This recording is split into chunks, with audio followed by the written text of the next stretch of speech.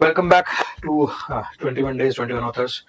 पुन्हा एकदा आपण एक बरेच फेमस ऑथर घेऊन आलेलो आहे. मागच्या एका याच्यामध्ये मी जेव्हा कुसुमाग्रजांचा उल्लेख केला होता त्याच्यामध्ये मी बोललेलो होतो की त्यांना ज्ञानपीठ मिळालेलं आहे.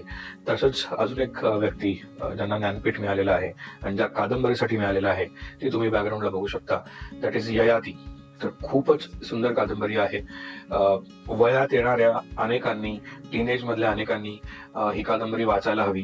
त्यांच्या डोक्यामध्ये जे आपण म्हणतो की एक द्वंद्व चाललेलं असतं ते बरंच शांत होऊ शकेल. कुठल्या गोष्टीला कशा अँगलनी पाहायला हवं या सगळ्या गोष्टींकडं.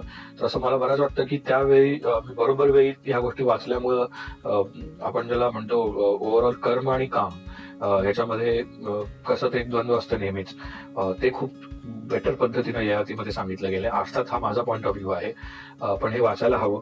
अर्थात कुठल्याही वयातले व्यक्ती ते वाचू शकतातच, अशी काय कंडिशन नाही. पण आपला जो टिपिकल ऑडियन्स आहे, माझे जे सगळे विद्यार्थी आहेत, त्यांना मी सजेस्ट करेन की तुम्ही हे लवकरात लवकर पुस्तक वाचावं. खूपच सुंदर आहे.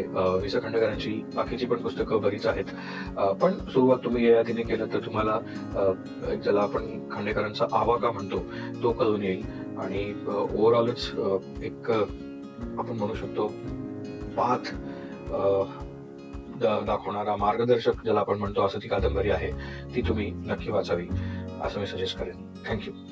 सारे ही ऑथर्स के जो मैंने पढ़े हैं बुक मैंने बता दिए कुछ, बट उनके और बहुत सारे बुक्स है, तो ये पूरी लिस्ट आपको स्क्रीन पे मिल जाएगी. You can go and read them.